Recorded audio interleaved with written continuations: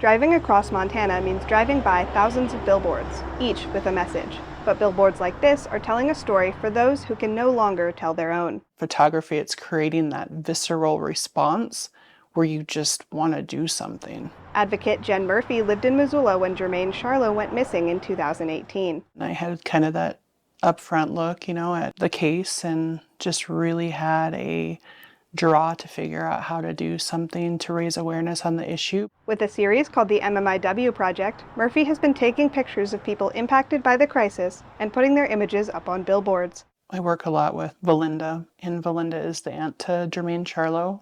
I try to do what I can in my scope of what I'm doing as if it was my niece, my daughter. She hopes the billboards will elicit that response. That gut reaction of, wow, what is going on? What is this? How can I get involved? How can we make this better? But Murphy's MMIW project aren't the only billboards along our roads, like this one here in St. Ignatius for the Snowbird Fund.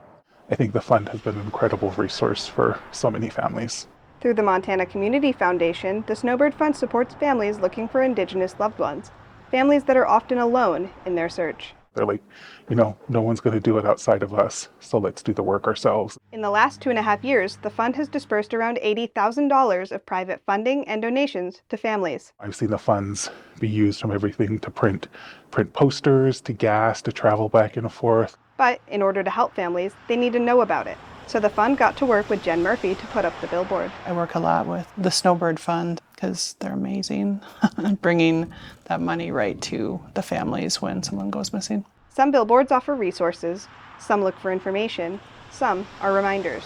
I think the billboards just offer visibility to that this is kind of a real crisis that's happening. But all look to get to the true stories behind the MMIW crisis. I think what keeps me doing this is being a mother of 3 daughters.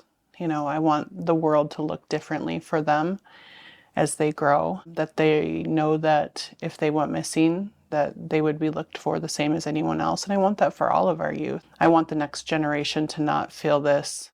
In St. Ignatius, Caroline Weiss, MTN News.